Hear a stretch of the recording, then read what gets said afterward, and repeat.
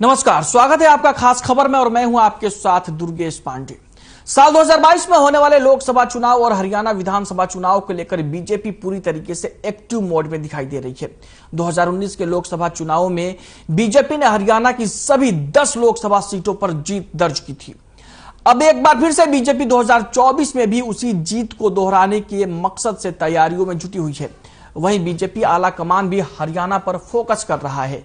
इसी सिलसिले में केंद्रीय गृह मंत्री अमित शाह आज हरियाणा दौरे पर हैं और कई कार्यक्रमों में शिरकत करेंगे। अमित शाह करनाल में मधुबन का दौरा करेंगे। इस दौरान केंद्रीय गृह मंत्री हरियाणा पुलिस को राष्ट्रपति निशान प्रदान करेंगे। केंद्रीय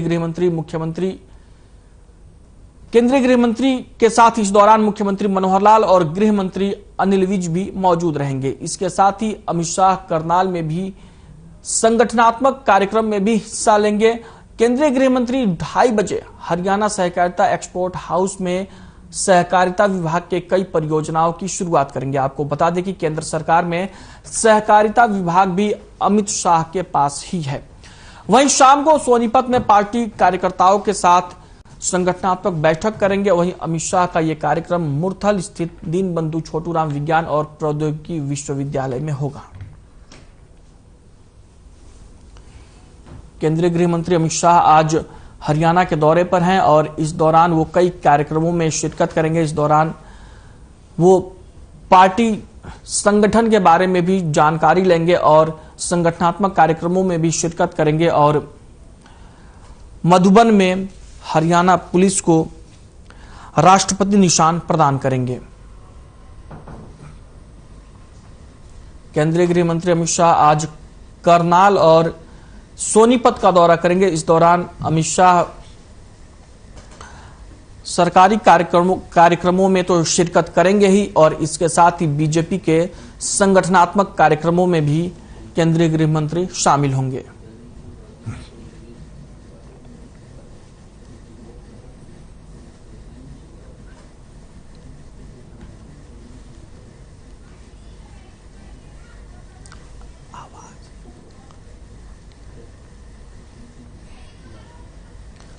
केंद्रीय गृह मंत्री अमित शाह आज हरियाणा के दौरे पर है। आपको बता दें कि 2024 में होने वाले लोकसभा चुनाव और हरियाणा विधानसभा चुनाव को लेकर बीजेपी पूरी तरीके से एक्टिव मोड में दिखाई दे रही है। 2019 के लोकसभा चुनावों में बीजेपी ने हरियाणा की सभी 10 लोकसभा सीटों पर जीत दर्ज की थी। अब एक बार फिर से बीजेपी 2024 में उसी जीत को दोहराने के मकसद में जुटी हुई है और बीजेपी आला कमान भी हरियाणा पर फोकस कर रहा है। ना बड़े है देखो।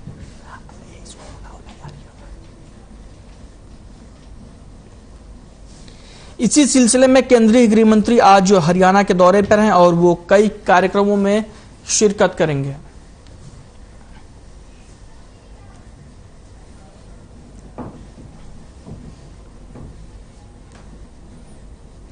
केंद्रीय गृह मंत्री अमित शाह के साथ इस दौरान मुख्यमंत्री मनोहर लाल भी कार्यक्रमों में मौजूद रहेंगे और आपको बता दें कि अमित शाह करनाल में भी संगठनात्मक बैठक लेंगे और इसके बाद वो सोनीपत में भी संगठनात्मक बैठक लेंगे और कार्यकर्ताओं को टिप्स देंगे, उनसे तमाम जानकारियां लेंगे और संगठन को लेकर विचार विमर्श इस दौरान होगा।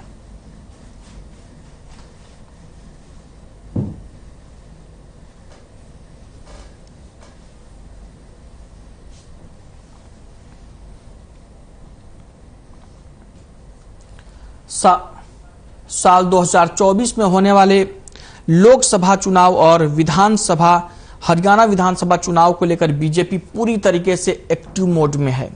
आपको बता दें कि 2019 के लोकसभा चुनावों में बीजेपी ने हरियाणा में सभी 10 लोकसभा सीटों पर जीत हासिल की थी और आपको बता दें कि 2019 में विधानसभा चुनाव में भी बीजेपी ने फतह हासिल की थी।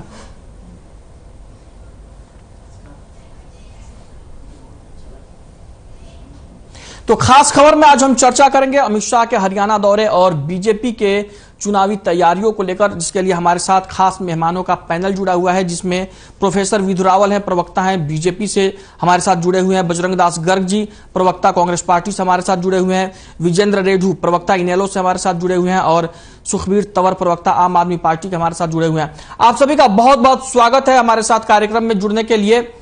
प्रोफेसर विधु रावल, सबसे पहले आपसे ही शुरुआत करना चाहूंगा डिबेट की। अमित शाह जी आज दौरे पर आ रहे हैं और लगातार अगर पिछले दिनों से देखें तो बीजेपी पूरी तरीके से एक्टिव मोड में दिखाई दे रही है। क्या कुछ इस बार टारगेट तय किया है आपने विधानसभा चुनाव को लेकर? दुर्गेश जी, आपको नमस्कार और आपके माध्यम से आपका जो शो देख रहे हैं सभी दर्शकों को नमस्कार। भारतीय जनता पार्टी एक सतत चलने वाली, निरंतर काम करने वाली, निरंतर क्रियाशील पार्टी है। ये कोई एक किसी मौसम या सीजन में नहीं चलती। 12 माह और माह के 30 दिन के 24 घंटे काम करने वाला पार्टी, चरवेती के नारे के साथ किस प्रकार से भारत के जनमानस की सेवा हो सकती है उसमें हमने अपने आप को झोंका हुआ है। तो इस प्रकार से कहना कि केवल अभी क्रियाशील हुई है, कुछ दिनों से आपको दिखने लगी, ऐसा नहीं है।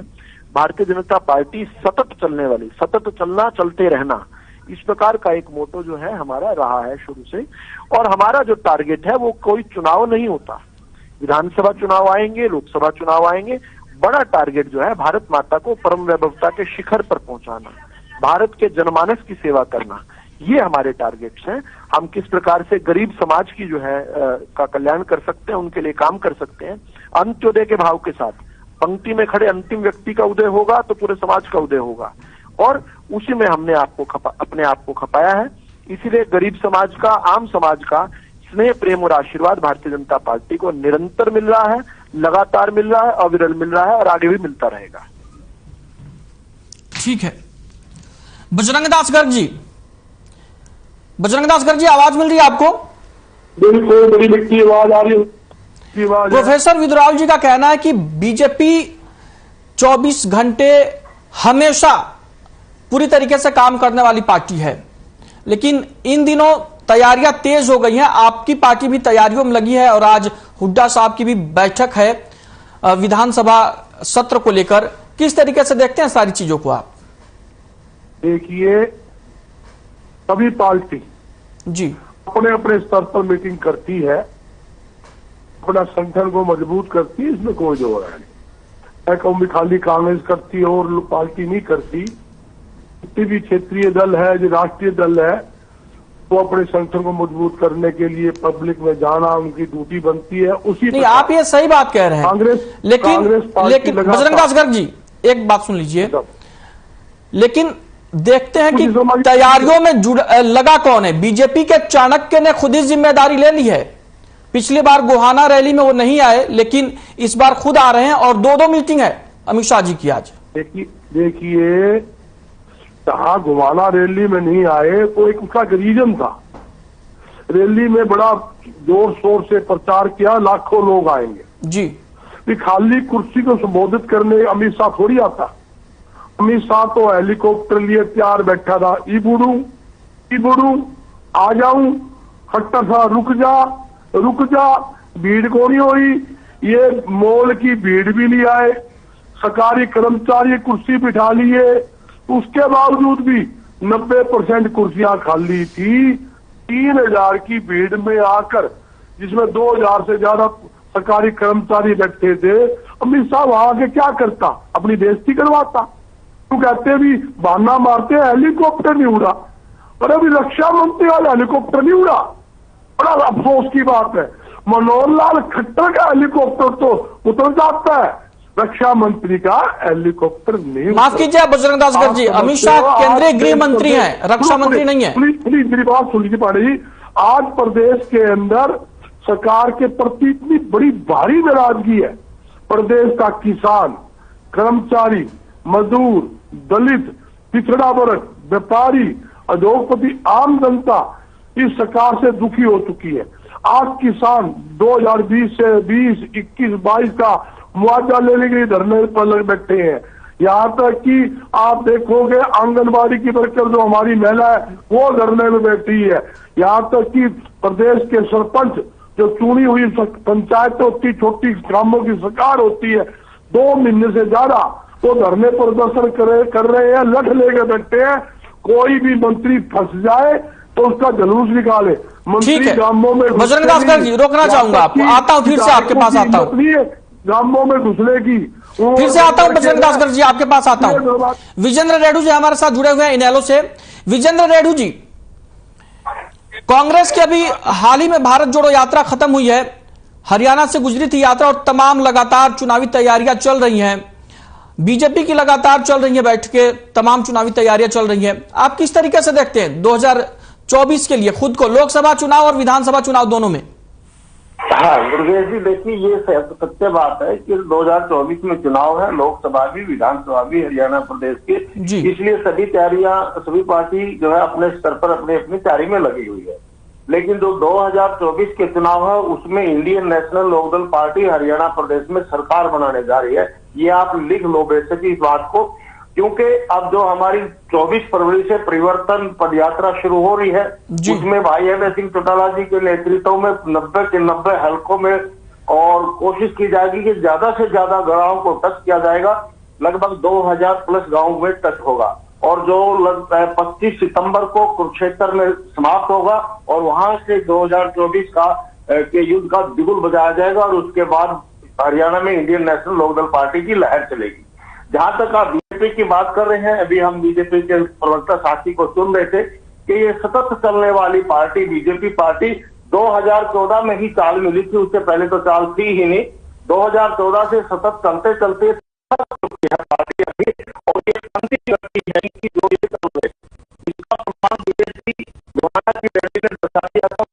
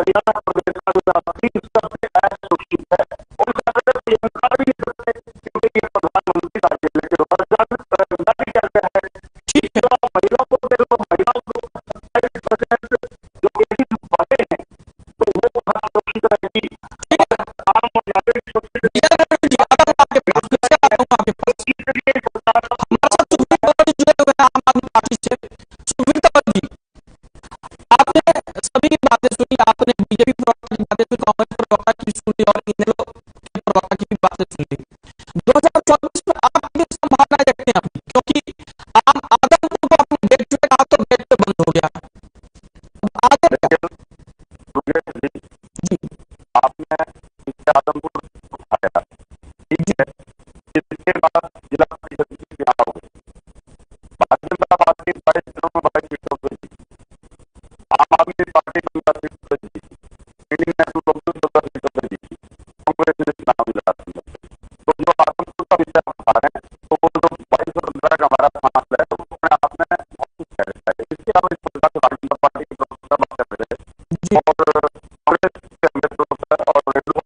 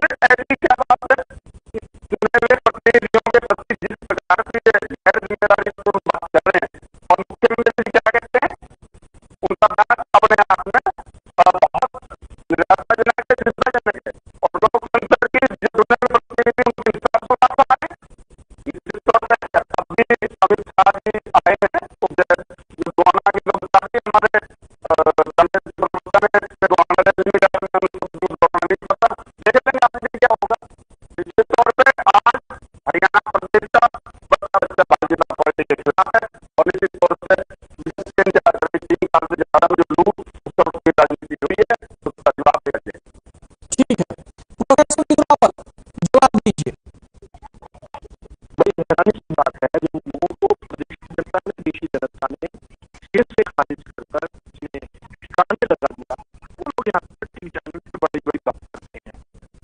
कांग्रेस का अभिप्राय लूट और खसूट है, चोरी और लूट का अभिप्राय कांग्रेस है, गुंडागर्दी का अभिप्राय इंटरनेशनल लोकदल है।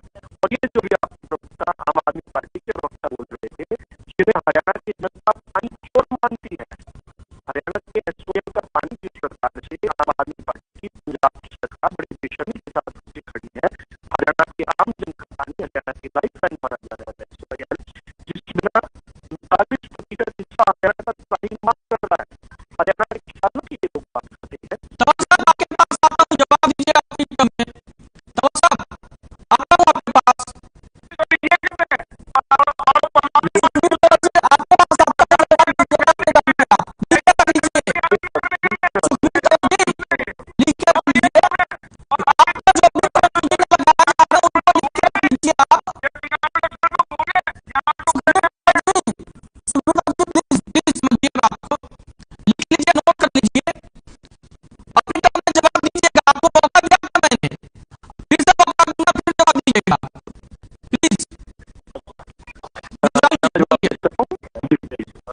देखिए, इन लोगों का जनता में जनहत सहारा नहीं है, जनता इनको स्वीकार नहीं करती है।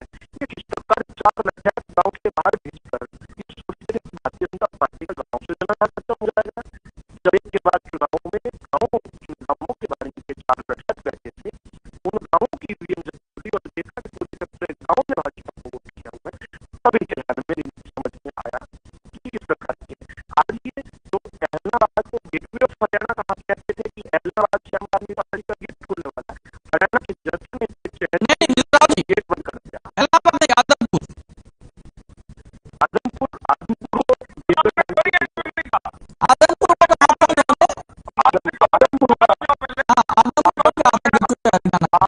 आदमपुर में 3000 वोट लेकर जिसको एक देश से बता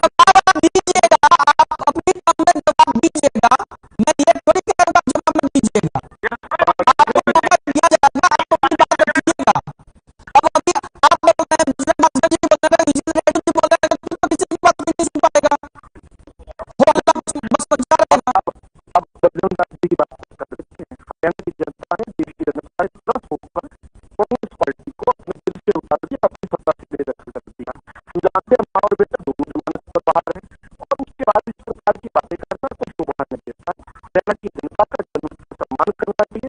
जिस प्रकार उस पर ज्यादा समय खर्च करके मुझे लगता है कि समय से खर्च करना पड़ेगा। आपने बड़े बहुत धैर्य से मुझे सारी दुनिया को भारतीय जनता पार्टी ईमानदार है, ये ईमानदारी के पेट से निकली है, बाकी सारी जनता के लिए चोर है। कि ये घोटाले पर घोटाला करने वाली सरकार है। मैं आगे दे सकता हूँ तो हाल के अंदर मेरी मीटिंग भी इस मामले के अंदर एक जयपुर की अयाची कंपनी जो एक पूर्व मंत्री की कंपनी है, उसको 25 का 8 करोड़ 11 लाख का ठेका दिया। 75% प्रॉपर्टी की सर्वे सारी कर दी। नगर निगम के हाउस में एक प्रस्ताव पास किया सभी ने, इसकी पेमेंट नहीं किया जाए, ये सर्वे गलत हुई है और इसकी पेमेंट रोकने की भी की जाए। मतलब स्थानीय मंत्री का नहीं, ये कंपनी बढ़िया है, अपने आदमी की है, उसको शाबाशी देकर 18 करोड़ 11 लाख की बजाय 60 करोड़ रुपए की पेमेंट कर दी। इसका मुद्दा विधानसभा में उठा तो उसका पंजीकरण किया गया। ये तो नया घोटाला कोई बुरा है, जो जारी है, जिसका मुद्दा चल रहा है और पूरे प्रदेश की जनता अपनी प्रॉपर्टी आईडी को ठीक कराने के लिए खा रही है। स्वागत का जिसका मकान है 250 दिखा दिया, एक मंजिल तो 4 मंजिल दिखा दिया और एक अचंबा तो करता हूँ तो मालूम मकान बने और आज खाली पड़े 60,000 उसको इसमें बोल दिया। इतना फ्रॉड ये लोग करते हैं। मैं आज राज्यपाल को लेटर लिखा है इस कंपनी के खिलाफ कार्रवाई करे। इस कंपनी के साथ साथ दोनों मंत्री जो सरकार के सामने उनके खिलाफ कार्रवाई करे। ये लोग ईमानदारी का पीछा पड़ते हैं, इनके खिलाफ शराब भी गई के अंदर इसकी अवैध थी कर दिया। इनके राज के अंदर 50 घोटाला चल रहा है। कितने सैकड़ों मजदूर खतर के नीचे सबके मर गए। एक पुलिस का डीएसपी सुरेंद्र जो मेरे हिसाब जिले में मेरा साथी था, उसके ऊपर खतर मार दिया है, गाड़ी में आकर मार दिया गया।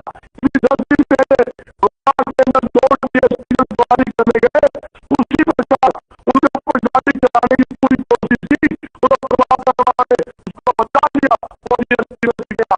और 3 दिन पहले यमुना माफिया ने सरकारी अधिकारी जो के विभाग के थे उनको कमरे में बंद कर दिया। महारी पुलिस जोड़कर उसको छुड़ा के जाए। यहाँ तक चीन के राज में पबजी घोटाला, जहाज घोटाला, सरसों घोटाला, नौकरी घोटाला, अगर हरियाणा के नहीं देश का इतिहास देखोगे, इतिहास के अंदर अगर कोई गोल्ड मेडल मिलेगा तो मनोहर लाल खट्टर को, हरियाणा के मुख्यमंत्री को, हरियाणा सरकार को मिलेगा। हमारे लिए बड़ी समझ की बात है, क्योंकि हरियाणा का नागरिक हूँ। आप हरियाणा को देखते हैं, हरियाणा के नागरिक है, हरियाणा की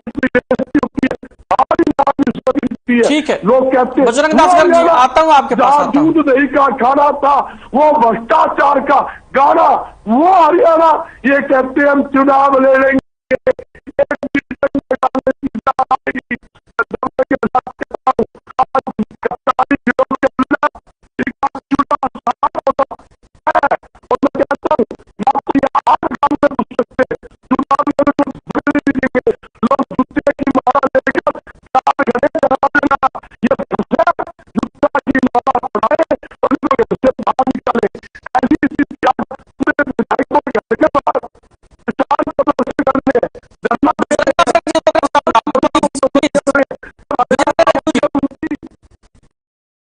जवाब दीजिए।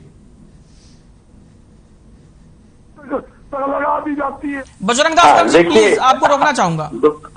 दुर्गेश जी, हमारे साथी ने इंडियन नेशनल लोकदल को परिभाषित करने का काम किया और न केवल इंडियन नेशनल लोकदल को बल्कि सभी को इन्होंने परिभाषा दी है। इसमें Indian National Bajrang Dasgarh ji please, आता हूँ आपके पास, फिर से आता हूँ बजरंग दासगढ़ जी। हाँ दुर्गेश जी, इंडियन नेशनल लोकदल पार्टी के बारे में जो शब्द प्रयोग किया हमारे साथी ने, मैं उसका धन्यवाद करना चाहता हूं। कम से कम इनको इस शब्द की परिभाषा तो आती है। गुंडागर्दी किसे कहते हैं वो मैं बता दूं, थोड़ा सा हल्के से, थोड़े से कम शब्दों में बताना चाहूंगा। पंचकुला में भक्तों को बुला करके 42 लोगों को सीधे सरकार के द्वारा गोली मार दी गई, वो गुंडागर्दी नहीं है। अपने आरक्षण के लिए आंदोलन कर रहे प्रदेशवासियों के ऊपर 32 नौजवानों को गोली मार दी रोहतक में बुला करके, वो गुंडागर्दी नहीं है। बसताड़ा टोल पर एक काजल नाम के किसान को पीट करके मार दिया, वो गुंडागर्दी नहीं है। डीएसपी के ऊपर जो है ना खनन माफियों ने गाड़ी चढ़ा दी, वो गुंडागर्दी नहीं है। किसानों के ऊपर गाड़ी चढ़ा दी एक मंत्री के बेटे ने, वो गुंडागर्दी नहीं है। अरे भाई, गुंडागर्दी का तो इतिहास बना दिया आप लोगों ने, पूरा का इतिहास बना दिया। आपके मंत्री महिलाओं को छेड़ते हैं, वो गुंडागर्दी नहीं है। आपके सांसद अंतर्राष्ट्रीय खिलाड़ियों के साथ छेड़छाड़ी करते हैं, छेड़खानी करते हैं, वो गुंडागर्दी नहीं है। कितनी गुंडागर्दी गिनाऊं? गुंडागर्दी की तो परिभाषा ही सरकार में बदली जा चुकी है। ये होती है गुंडागर्दी जब एक मंत्री जो है ना दावे के साथ कहता है कि मैं तो ऐसे ही बैठा रहूंगा, और अंतर्राष्ट्रीय खिलाड़ी उसके खिलाफ आंदोलन और प्रदर्शन करते हैं, उनको दबा लिया जाता है। एक मंत्री जिसके ऊपर FIR दर्ज हो रही है, वो प्रदेश का राष्ट्रीय ध्वज फहराते हैं। शर्म आनी चाहिए। किस प्रकार से लोकतंत्र को खत्म करने का काम किया जा रहा है। और दूसरी बात, ये कहते हैं कि भी हमने गति पकड़ ली है, सतत सस्टेनेबल गति हमारी हो गई है। ये तो ढके ढोल है। जब रात से बाहर आओगे कितने क्या खुलेगा उसको देखना। दुर्गेश जी, अभी तो इन भाजपाई लीडरों जो को कांग्रेस भोज की पसंद आने लगे हैं।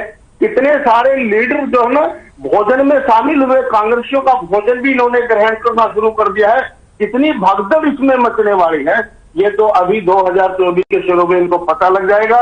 और देखिए, ये सरपंच पूरे हरियाणा प्रदेश के जनप्रतिनिधि आज सड़कों पर बैठे हैं, और ये सरकार एक बात कहती है कि हम ट्रांसपेरेंसी लाएंगे। ट्रांसपेरेंसी के नाम पर सारे जनप्रतिनिधियों को रोडों पर इन्होंने बिठा दिया। मैं ये पूछना चाहता हूं आपके चैनल के माध्यम से, ये ट्रांसपेरेंसी मंगल ग्रह से लानी पड़ेगी क्या, या चंद्रमा से लेकर के आनी पड़ेगी ट्रांसपेरेंसी? अरे भाई, गांव का सरपंच है, कितना काम किया, जेई जाके पूछ लो, ऑनलाइन कर दो उसको, SDO जाके पूछ लो, ऑनलाइन कर दो। ट्रांसपेरेंसी फरीदाबाद में क्यों नहीं लेकर के आए? 200 करोड़ रुपए नाली के माध्यम से पाइप के द्वारा खींच लिए गए खातों से, बिल भी नहीं बने। ट्रांसपेरेंसी पेपर घोटालों में क्यों नहीं लेकर के आए? अरे भाई, ट्रांसपेरेंसी ही लानी थी तो HPSC के दफ्तर में क्यों नहीं लगाई ट्रांसपेरेंसी? वहां करोड़ों की टैक्सियां भरी मिलती है। क्या ये ट्रांसपेरेंसी सरपंचों के लिए मंगल ग्रह से लेकर के आएंगे, और वो कब लेकर के आएंगे ये भी समझ में नहीं आ रहा। सरपंचों को चोर बता रहे हैं, सरपंचों को लुटेरे बता रहे हैं, कभी कह रहे हैं राइट टू रिकॉल कर रहे हैं। लाडू जी, आता हूं आपके पास फिर से। हालत बहुत खराब हो चुके हैं, और दहाई के आंकड़े से नीचे आएगी तो भारतीय जनता पार्टी आएगी 2024 में। इसीलिए ये प्रमाण सामने दिख रहा है कि अमित शाह जैसे बूथ लेवल के कार्यकर्ताओं की मीटिंग लेने लग गए, तो इससे और नीचे कहां तक आएंगे? ये इनका सुपड़ा साफ हो चुका है। 2024 में इंडियन नेशनल लोकदल पार्टी सरकार बनाने जा रही है। ठीक है, सुखवीर तंवर जी, जवाब दीजिए आप। ये जिस प्रकार से इन्होंने सभी पार्टियों को भ्रष्टाचारी बताया, ये भूल जाते हैं इनके राष्ट्रीय अध्यक्ष बंगारू लक्ष्मण को। मैं भारतीय जनता पार्टी के सभी प्रवक्ताओं को कहता हूं, हमेशा उनको याद रखें। और एक नारा प्रचलित हुआ था 1997 में, खा गई घंटा पी गई तेल, भाजपा का देखो खेल, ये ना भूलें। और उस खेल की मारी आज तक दिल्ली में एंटर नहीं कर पाई। 3 बारी कांग्रेस ने शासन चलाया और 3 बारी आम आदमी पार्टी जीती। तो ये आंकड़ों को ध्यान रखें। और जिस प्रकार से गुंडागर्दी का बहुत बढ़िया विश्लेषण दिया कांग्रेस के प्रवक्ता ने, जिस प्रकार से इन्होंने गुंडागर्दी थी, इन्होंने कही MCD में नहीं करी। अरे जब जनता ने स्पष्ट मत दे दिया, जिस प्रकार से ये LG के माध्यम से क्या क्या कर रहे हैं, गुंडे खुद हैं, दूसरे दल के लोगों को गुंडा बताते हैं। ये अपने अग्रवान में झांक के देखे। इसके अलावा अतीत का इनका जो 9 साल के करीब का शासनकाल है, इसमें इनकी जो भी नीतियां रही हैं, निश्चित तौर पे पूंजीपतियों की पोषक नीतियां हैं और आम आदमी की शोषक नीतियां हो रही हैं। इसके अलावा अभी जो पंचायती राज की भी दोनों प्रवक्ताओं ने बात करी, करीब करीब 8.5 साल के शासन की अगर हम बात करें, इसमें से 4 साल तो ऑन रिकॉर्ड पंचायतें नहीं रही, ग्रामीण विकास तो हुआ ही नहीं। और इसके बाद भी जब पंचायत भी जैसे तैसे चुनी गई, उसके बाद किस प्रकार से पंचायत के प्रतिनिधि आज सड़कों पे बैठे हैं, हर ब्लॉक स्तर पे इनके खिलाफ हैं। इनको समझ में आ जाना चाहिए, जो बचा हुआ समय इस हरियाणा प्रदेश की जनता के लिए लगाएं और आलतू फालतू बेफजूल के आरोप प्रत्यारोप से बाहर जाएं और अपने गिरबान में झांक के देखें। आज एक अधिकृत तड़ीपार, जिसको सुप्रीम कोर्ट ने तड़ीपार किया था, उनको यहाँ गुंडागर्दी फैलाने के लिए आ रहे हैं। इस तरह की बातों को कुछ भी करने से पहले सोच लिया करो कि आपकी बात का जवाब हो सकता है। ठीक है, प्रोफेसर विदुरावल जी जवाब दीजिए। प्रोफेसर विदुरावल, आवाज मिल रही है आपको?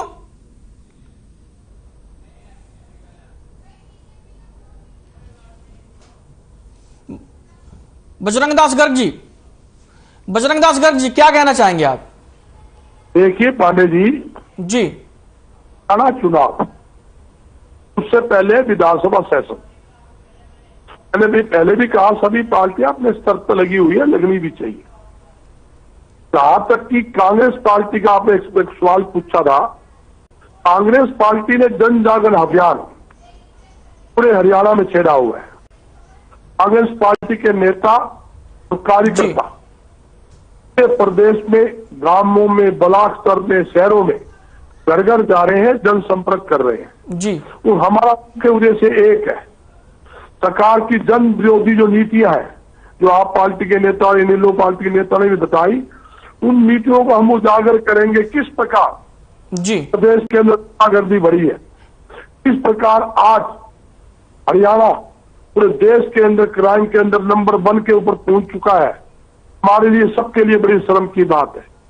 किस प्रकार प्रदेश के अंदर महंगाई सर चढ़कर बोल रही है, किस प्रकार भ्रष्टाचार का हरियाणा के अंदर बोलबाला है और जिस प्रकार घोटाले पे घोटाले हो रहे हैं, वो सारी बात हम जनता के सामने रख रहे हैं और हम बता रहे हमारी पॉलिसी क्या है। ये लोग तो वो है, ये कहते थे हमारा राज आनंद दो, 2 करोड़ युवाओं को आए साल नौकरी देंगे, 2 को नौकरी नहीं दी। ये कहते थे हमारा राज आनंद दो, हम 35 रुपए लीटर से पेट्रोल देंगे, आज 100 पार कर दिया। ये कहते थे रसोई गैस सिलेंडर 410 रुपए वाला हम 250 रुपए देंगे, हमारा राज बना दो, आज 1100 पार कर दिया। इन लोगों का क्या है?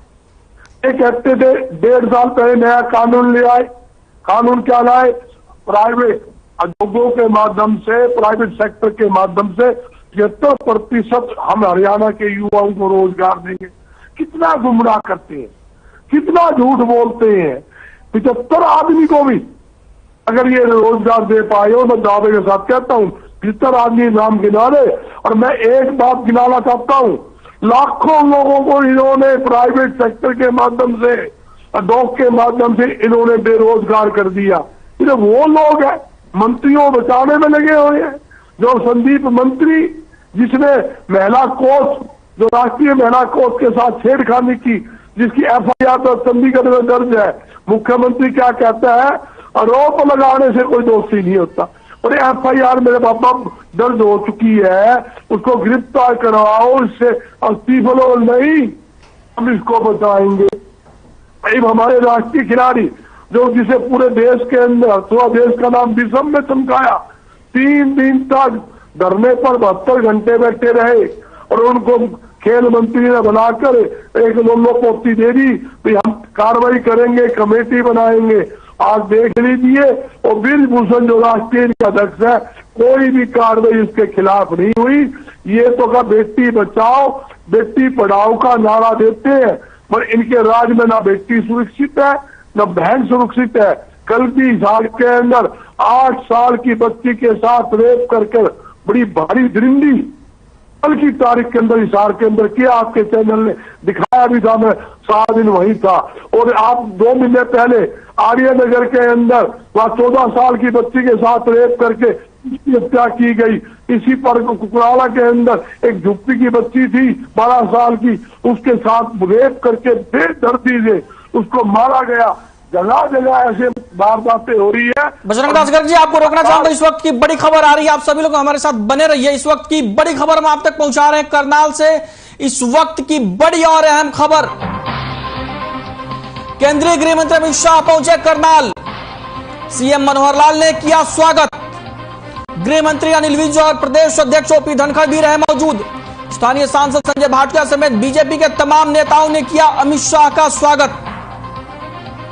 केंद्रीय गृह मंत्री अमित शाह करनाल पहुंच चुके हैं। आपको बता दें कि सीएम मनोहर लाल ने करनाल में केंद्रीय गृह मंत्री का स्वागत किया है। प्रदेश के गृह मंत्री अनिल विज और प्रदेश अध्यक्ष बीजेपी के ओपी धनखड़ भी इस दौरान मौजूद रहे।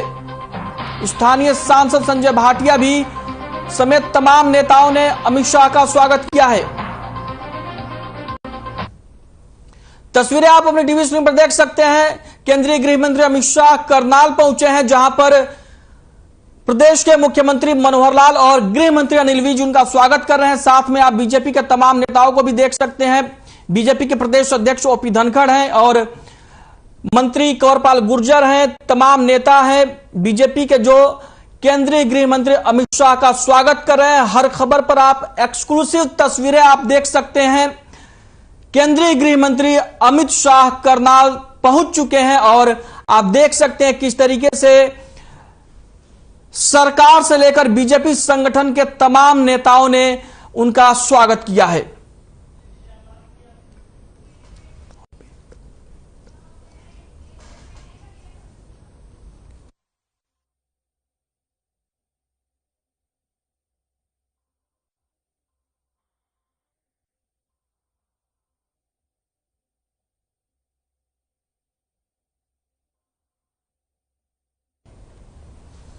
तो हम बजरंग दास गर्ग जी कंटिन्यू करिए।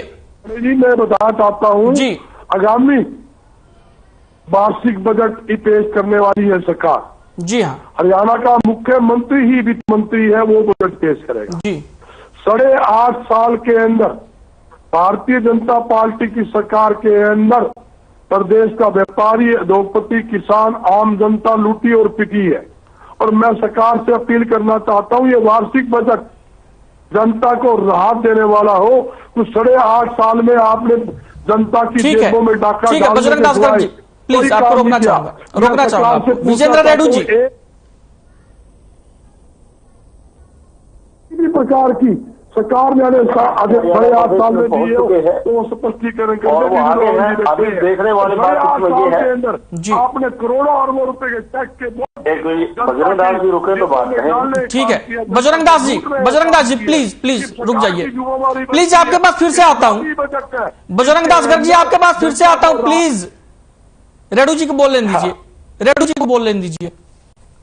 जी बोलिए। शाह जी हरियाणा प्रदेश के करनाल में पहुंच चुके हैं और उनका जोरदार स्वागत उनके नेताओं के द्वारा किया जा रहा है। ये अच्छी बात है, उनका नेता है, उनको स्वागत करना भी चाहिए। लेकिन सवाल ये उठता है दुर्गेश जी, ये जो अमित शाह जब भी आए, चाहे पहले फरीदाबाद में आए थे, वहां रैली करके गए थे, जींद में आए थे, यहाँ रैली की थी और उसके बाद गुहाना में भी रैली रखी थी। लेकिन अब ऐसा क्या होगा? हेलो जी बोलिए रेड्डी साहब। हाँ, मैं ये बोल रहा हूँ, अब ऐसा क्या होगा कि इन्होंने रैली की बजाय मीटिंग रखने का काम किया है। मीटिंग किस लिए रखी गई है?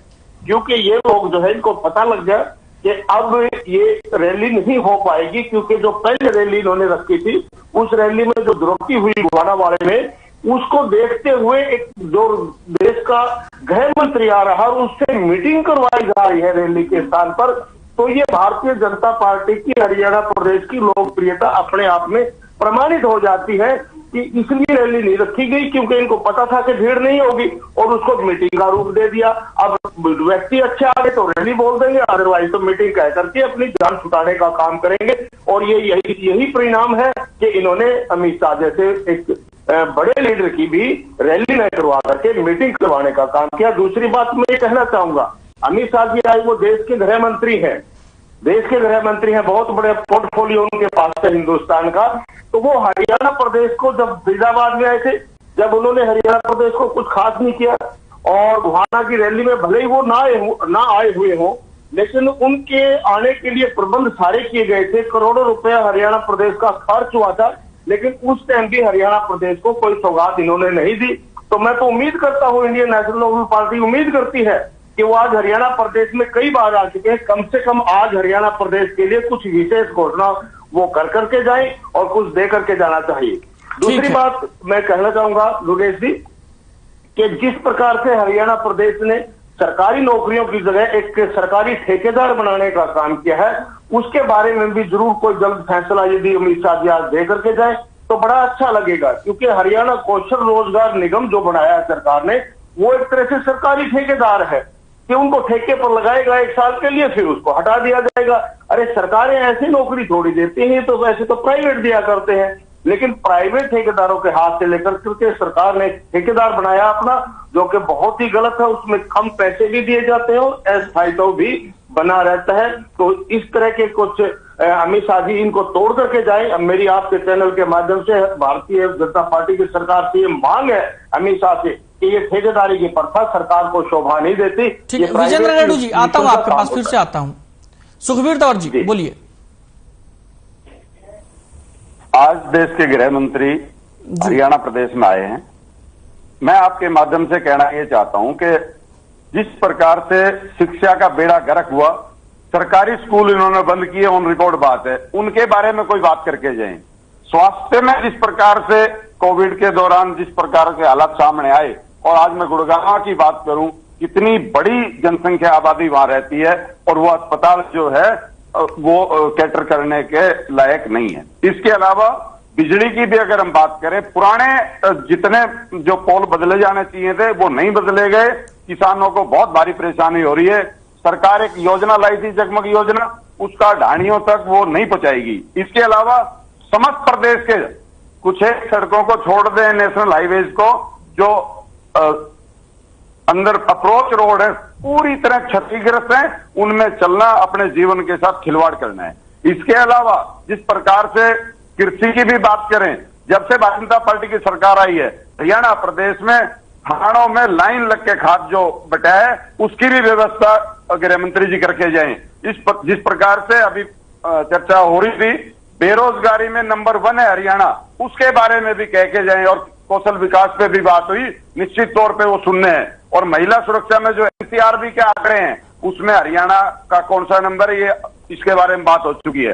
परिवार पहचान पत्र के माध्यम से जिस प्रकार से अनेक कल्याणकारी योजनाओं को बंद किया गया है, अमित शाह जी उनको भी ठीक करके जाएं। इसके अलावा जिस प्रकार से भ्रष्टाचार में शराब घोटाला हुआ, रजिस्ट्री घोटाला हुआ, एचपीएस में एचसीएस अधिकारी किस प्रकार से करोड़ों रुपया लेके वारे नारे कर रहा था, उन बात पे भी बात होनी चाहिए। वैट का 10,000 से 18 करोड़ का घोटाला, 33 करोड़ पोस्ट मैट्रिक स्कॉलरशिप घोटाला, खनन घोटाला, ओवरलोडिंग घोटाला, धान घोटाला, और नगर निगमों में, नगर पालिका और नगर परिषदों में जिस प्रकार का भ्रष्टाचार है, उसके बारे में भी जरूर गृह मंत्री संज्ञान लें। इसके अलावा जिस प्रकार से करीब 9 साल के शासनकाल में 4 साल पंचायतों में विकास नहीं हुआ, और अब सारे के सारे जिस प्रकार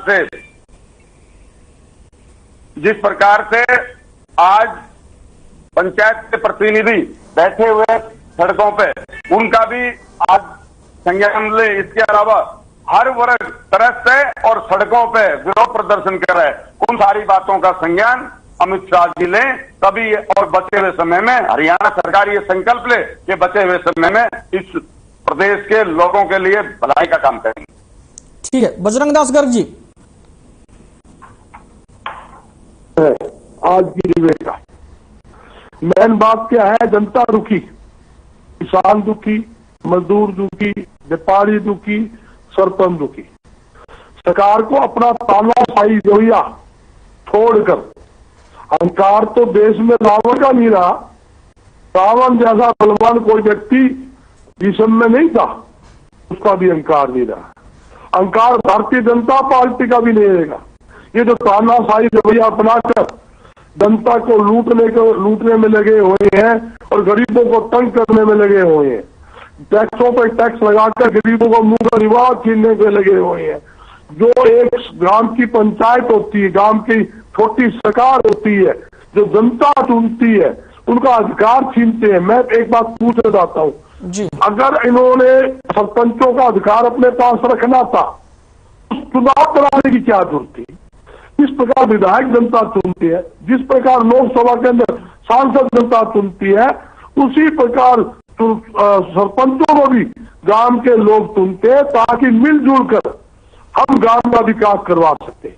मैं दावे के साथ कहता हूँ, 2 साल से गांव की पंचायत नहीं थी, 2 साल के अंदर इन्होंने करोड़ों अरबों रुपए के घोटाले करके करोड़ों अरबों फर्जी फिल्म बनाकर माल खा गए।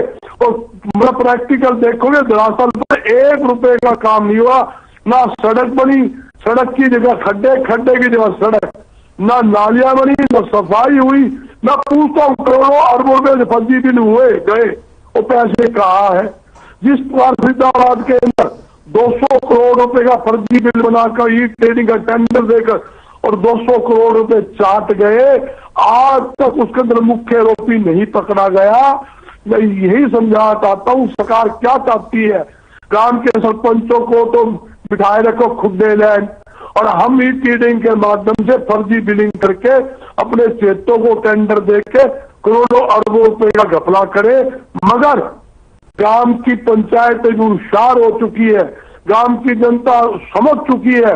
2 साल के अंदर जो गंदगी के अंदर उनको झेला है, 2 साल के टूटती सड़कों के अंदर जो फिरे हैं, 2 साल के अंदर जो नलियां बंद थी वो जो देखा है, 2 साल में गांवों में जो बीमारी फैली है, 2 साल के अंदर जो सरकारी स्कूल इन्होंने बंद किए, पहले भी 1000 से ज्यादा सरकारी स्कूल बंद किए। हमारे लिए बड़ी शर्म की बात है।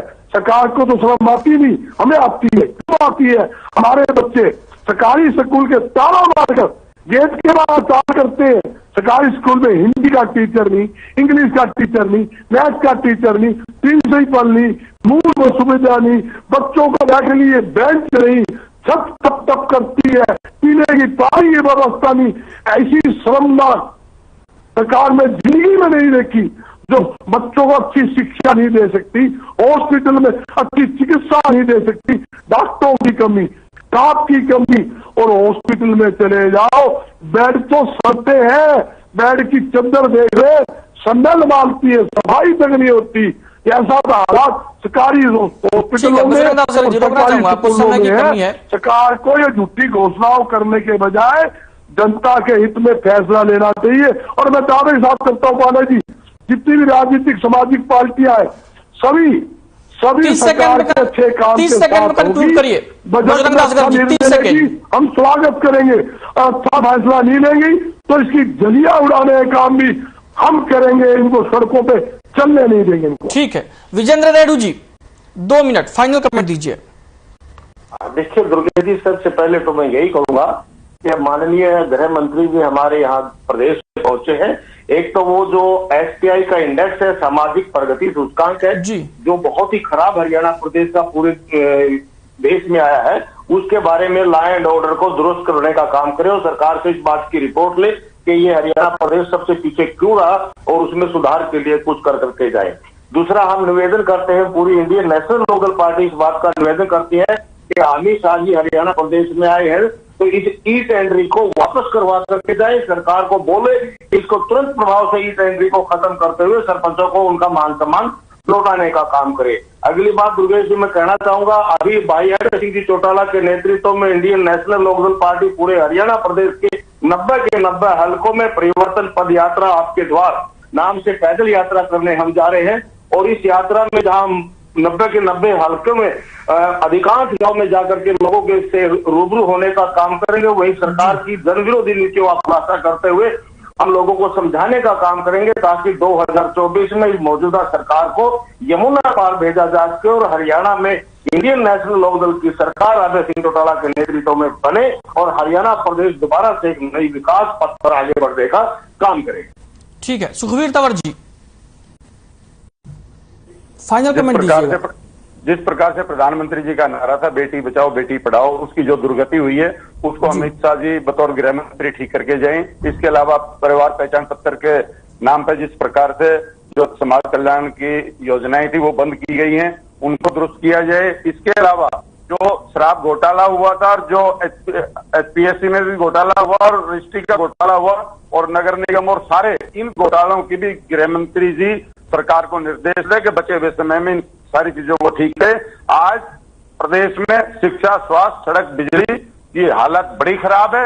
इन सारी विषयों को ठीक करें।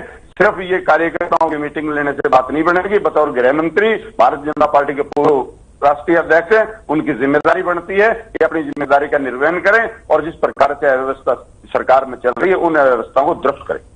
ठीक है, बजरंग दास गर्ग जी 1 मिनट में कंक्लूजन कमेंट कीजिएगा, फाइनल। यही सरकार हरियाणा का बजट है वो किसानों के लिए, आम जनता के लिए, कर्मचारियों के लिए, व्यापारियों के लिए, उद्योगपतियों के लिए राहत देने का इस सरकार इसमें काम करना चाहिए। क्योंकि 8.5 साल के अंदर आप देख रहे हो ना तो व्यापार है ना उद्योग है, और लोग, युवा लोग जो है बेरोजगारी के लिए धक्के खा रहे हैं। बेरोजगारों को भी रोजगार देने के लिए इस बजट के अंदर कोई प्राविधान बनाया जाए। प्राविधान जब बनेगा जब आप व्यापार में उद्योग को हरियाणा में बढ़ाने के लिए ज्यादा व्यापारी व उद्योगपतियों को राहत दोगे, जिसके अंदर उद्योग लगाने के लिए 50% बिजली के बिलों में सब्सिडी देना। कोई नया उद्योग लगाता है उस उद्योगपति को हरियाणा में उद्योग लगाने के लिए सस्ती जमीन देना, और यहाँ तक कि भ्रष्टाचार करना। तो सारे जितने भी महकमे हैं, प्रदूषण विभाग, मार्केटिंग बोर्ड, सब। ठीक है बजरंग दास जी, आपको रोकना चाहूंगा, समय की कमी है, प्लीज आपको रोकना चाहूंगा। तो केंद्रीय गृह मंत्री अमित शाह करनाल पहुंच चुके हैं और बीजेपी या यूं कहें कि सारी पार्टियां एक तरीके से 2024 को लेकर अपनी चुनावी तैयारियों में लगी हुई है। 2024 में लोकसभा के चुनाव है और इसके बाद विधानसभा के चुनाव होंगे हरियाणा में, जिसको लेकर सभी पार्टियां अपने किले दुरुस्त कर रही हैं। और इसी को लेकर आज खास खबर में हमारे साथ मेहमानों का पैनल जुड़ा हुआ था, जिसमें प्रोफेसर विदुरावल थे, प्रवक्ता बीजेपी से, बजरंग दास गर्ग जी प्रवक्ता कांग्रेस पार्टी से, और विजेंद्र रेड्डी प्रवक्ता इनेलो से जुड़े हुए थे, सुखबीर तंवर जी प्रवक्ता आम आदमी पार्टी से जुड़े हुए थे। आप सभी का बहुत बहुत शुक्रिया। तो खास खबर में फिलहाल के लिए इतना ही, मुझे दीजिए इजाजत, नमस्कार।